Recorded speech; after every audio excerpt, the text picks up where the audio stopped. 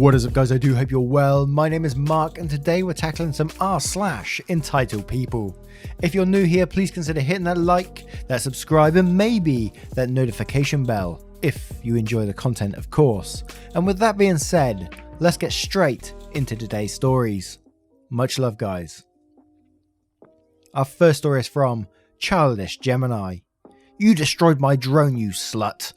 This happened while I was in HS. I was 17 at the time and my brother was 15. We both played tennis and played for our HS. My dad trained us on the weekends. One weekend my dad was training my brother and I like usual. We noticed a drone flying over and thought it was cool at first. It wasn't flying close to us, so we didn't care. We didn't see the operator anywhere, so we just assumed he was in the grassland next to the courts. As time went on, the drone got closer to us and made it difficult to concentrate, but we still managed. My dad had my brother and I play best 3 out of 5. That's when the drone got annoying. It was constantly flying around both sides of the court. We were having a hard time keeping the ball away from it, but then it happened. The drone flew too low to the court. My brother was hitting the ball, then it hit the drone. We were both freaking out scared. Our dad was inside the pro shop, so we shouted for him and waved. He came out and saw the drone. I was freaking out, and so was our brother. We heard the man shout, "Are you fucking kidding me?" That's when we knew this was going to be trouble. He was walking around all the courts trying to find the drone. Apparently he was just walking onto the court in the middle of people's games. This is a big no-no. It's also just plain rude. Well, he found the drone on our court and just walked right on it without warning. We had to stop our game so he wouldn't get hit. That's when all hell broke loose. ED is entitled Dude. I say dude a lot, that's why he's entitled Dude. ED said, "Do you know what you fucking idiots have done?" I said, "Hey man, it wasn't our fault. You're the one flying over a tennis court." Then he said, "That's why you play around it. Do you know how much this thing cost me?" My brother said, "We don't care. We tried to avoid it but couldn't. You were careless enough to put it in harm's way. It was like you were asking for someone to hit it."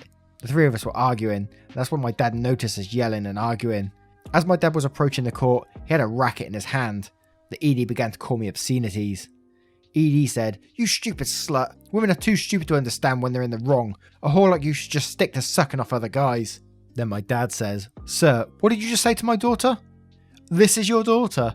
You let her dress like a slut. Some father you are." I was wearing Spanx and a baggy t-shirt. My dad said, "Why are you looking at her bottom half anyway? She's an athlete. She has to wear clothes that will allow her to move around. And if you call her a slut one more time, you're going to get it." He said, "Ooh, I'm scared. The big scary dad is going to protect his slutty daughter." My dad hit the dude in the shin with his racket. If you've gotten hit in the shin by a racket, accidentally or on purpose, this shit hurts. The dude was on the floor. My dad bent down to his level and told him to book it. The dude got his drone and walked towards the pro shop. Maybe like 10 minutes later, the cops have arrived. The dude called the cops on the three of us, claiming we purposely destroyed his drone. Cop 1 said, "Hello kids, how are we doing today?" I said, "We're fine, just trying to practice. Is everything alright?" "Yes, a gentleman in the shop called us out here. He said that you guys destroyed his drone and had your dad beat him." My dad explained everything and admitted into hitting the guy in the shin with his racket. He even mentioned the camera on the drone and on the tennis courts. The second cop said, "Thanks for letting us know what happened.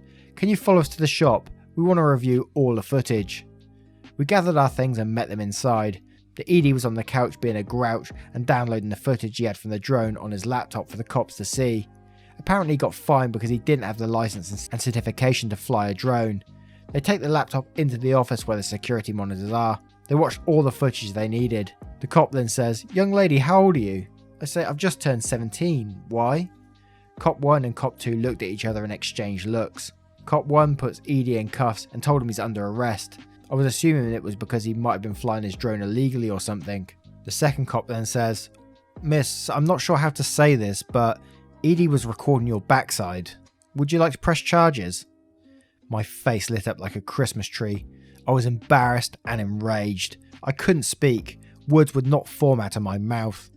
My dad was mad, like big mad. He looked like he was ready to rip the guy's head off. My dad said, "Press charges against him. He's a paedophile." To which the cop said, "You heard him, bud." Cop 1 escorted ED to the squad car, and Cop 2 got statements from the three of us. Cop 2 gave me a hug and apologised. I was trying to hold back my tears. I was so mad.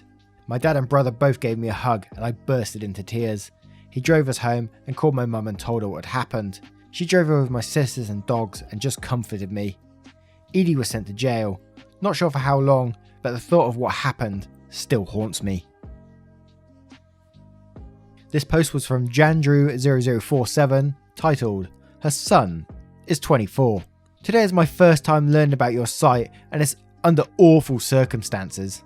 My son recently purchased your fake handicap placard air freshener without my knowledge. He then proceeded to use that placard to park in a handicapped space at a shopping centre. Now we're looking at a ticket of over $500, as well as all of the fees associated with his tow.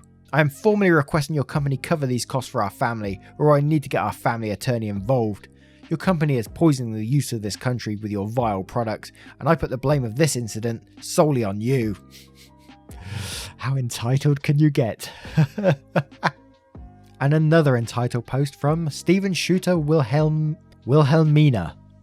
"To the lazy servers in restaurants all across the nation and in your neighbourhood. If you think you're doing anyone a favour by serving a soft drink with a 3 to 5 ice cube drop, you are highly mistaken. I understand that you feel you are giving the guests more to drink, so that's a good thing. However, what you're really doing is serving a half-chilled drink that doesn't taste as good. And, let's be honest, here you are trying to save yourself another trip to the soda fountain. Well, you don't understand I'm busy, you may reply. I certainly do understand. I was a server/bartender for 20 years. Wrong answer. You earn tips by hustling to serve the guest, don't you? Then do the right thing and serve a proper product by filling the glass 3/4 of the way full, as you should be doing on a consistent basis. By doing so, you may just earn some more money, especially if you wait on me." Oh god. I don't like much ice in my drink. Not everyone wants ice in their drink. "I would like to buy your working microwave with a rotating plate for $10. Oh, hey, someone is supposed to come pick it up today, around 3, but if it falls through, I will let you know." "Okay, I'll come now for 15. "Sorry, I already told the person it was his." "So first come, first served isn't honoured." "Okay." "No, he was first." "I don't want it even if he doesn't show, but first come, first serve is whoever shows up in person. Have a nice day." Our next story is from Majestic Yogurt. "I don't care how restaurants work. I want my food right now." First time posting. So while I, 27 female, was in uni, I waitressed almost every evening to make ends meet. As you do. I lived in rural Germany at the time, and the restaurant where I worked was rather small and cosy. The kind of place where a lot of village regulars come by. So naturally I recognise them and know what they want and how they like their service. They feel super pampered and well taken care of. I like being hospitable. It was fun and it didn't hurt the tips either. But of course, not all regulars are good regulars. There are also the ones who walk in and make you think, oh fun, that twat is here again. Brace yourself. In summer, we opened the terrace, adding an additional 30 seats outside in addition to the 45 seats inside. There was one regular, a 50-ish-year-old guy, who would come in summer season when the terrace was open. He would come in soon as we opened, 6 PM, sit down on the biggest outside table, 6 chairs, all on his own, thereby blocking it for any other guests. Ordered one beer, €2.50, kept clutching it and sipping away on it for about 2 to 3 hours without talking to anyone, then paying copper coins and leave. He never had company, nor did he ever order anything else but that one bloody beer, for which he blocked one of our best tables for hours during dinner prime time. This was his go-to routine. My boss was annoyed by this one entitled dude blocking a table of 6 and therefore losing him money. But he didn't want a bad reputation in the village for telling off a customer who wasn't technically doing anything wrong, so he tolerated it. That in and on itself is pretty entitled already, but oh boy, are we only just getting started. One particularly hot summer evening, Mr. One Beer turns up, orders as usual. I bring it to him and make a mental note that he's taken care of for the evening. I go about my business as the joint fills up with guests inside and outside. The biggest party was a hiking group of nearly 20 people. I run my heels off taking orders, serving drinks, as you do. The orders all came in more or less at the same time, so the food would be one big push out from the kitchen. So far, nothing out of the ordinary. Right after I'd taken the hiking group's food orders, Mr. One Beer beckons me over. I'm surprised, since he's been here less than an hour, and his beer isn't empty either, so this was very unusual. He asked me if he could have a menu. Of course, I'd bring one for him straight away, but I warned him that food might take a while since literally 29 other people had ordered before him and were currently waiting for their food. He says it's fine and places a dinner order, which I convey to the kitchen. 15 minutes later, I'm busy pushing out the food for the smaller tables. The 20 people table is currently in the works. As I run past Mr. Onebeer with empty hands after delivering an order, he seizes me at my elbow and asks me rather rudely what's taking the kitchen so long. I wrench my elbow out of his grip, ask him never to do that again, and reiterate that I had warned him that food might take a while since he was literally the 30th in line to order. He gets pissed and says rather whiny, "But I was here first. When I sat down, none of the other tables were here." Patiently I explain to him that it's first come, first serve, and that we process the orders in the order that they are given to me, not in the order of which table had arrived first. That's just how it works. He gets cranky, but he lets me go. I convey this complaint to my boss, who was the head chef. 5 minutes later, I've finished serving the little tables and I'm refilling drinks while waiting for the dinner order of the big table. Again, Mr. Onebeer flags me down. "I still have no food," he complains. "Yes, I'm sorry about the wait, but in all fairness, sir, I did warn you that the food would take a little longer because you were the 30th in line to order." I tried to explain to this pain in the butt with my long-honed waitress patience, "But I was here first." "Yes, but again, sir, you didn't order first, and we process the orders in the order that they are taken."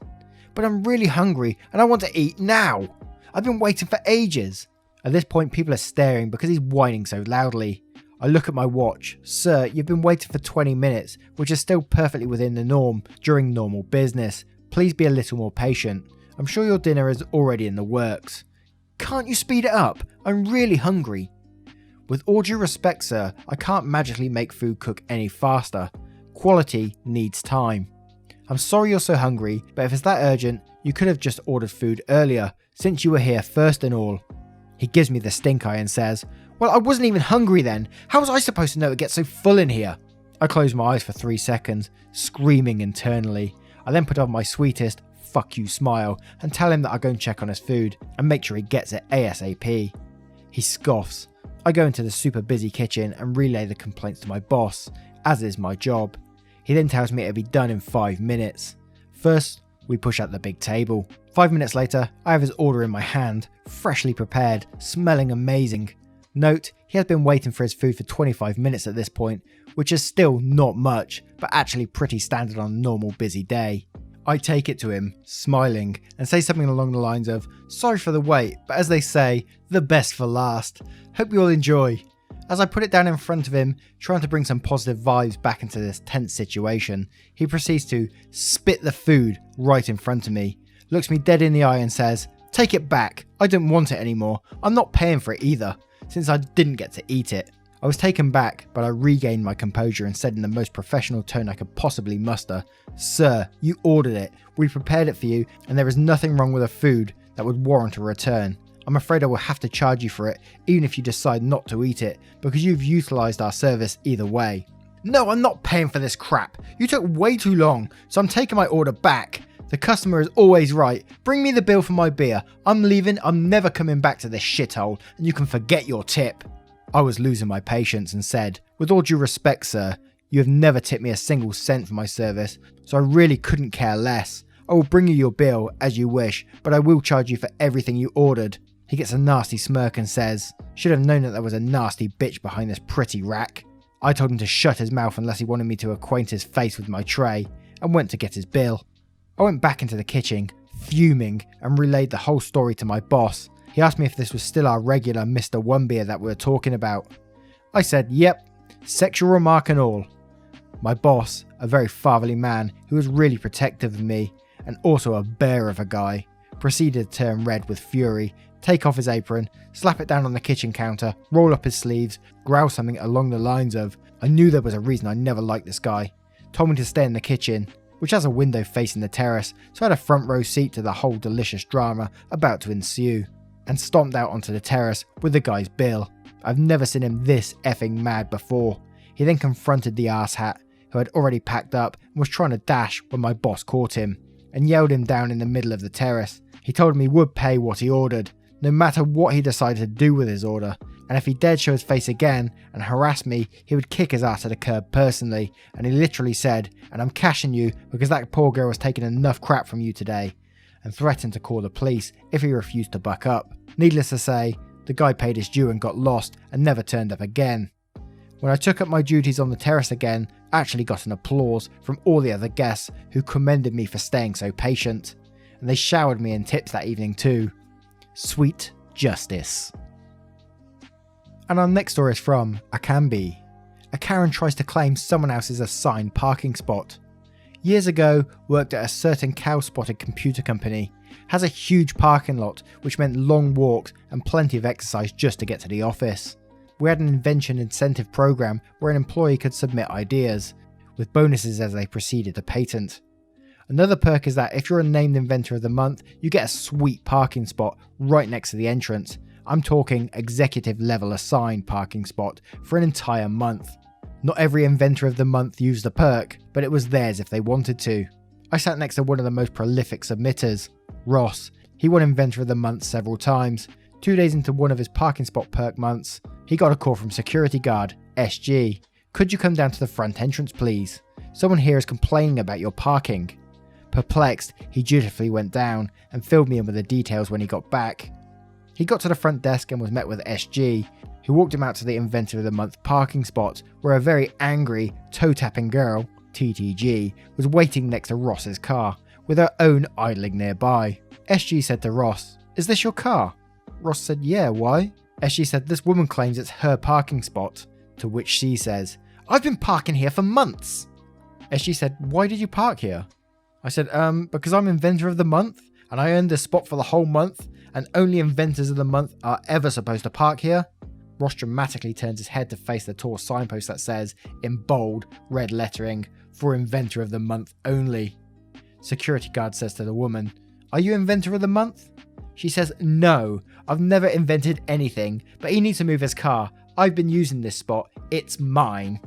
She literally thought it was her spot. She used the word "mine" just because she'd been regularly parking there, in spite of the obvious sign in plain English.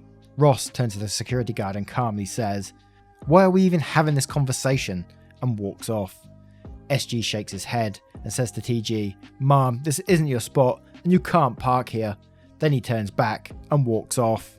TTG, of course, made Karen noises and stomps off. And that is it for today's stories. Let me know in the comments below which was your favourite of today's stories, if any of course. It would be fantastic to know what kind of stories you guys like. And if you haven't done so yet, would you please consider hitting that like if you've made it this far? I'm assuming you like some of these stories, at least I hope you do. Could you please consider hitting that like button, maybe subscribing and clicking that notification bell. And I will see you in the next one. Much love, guys.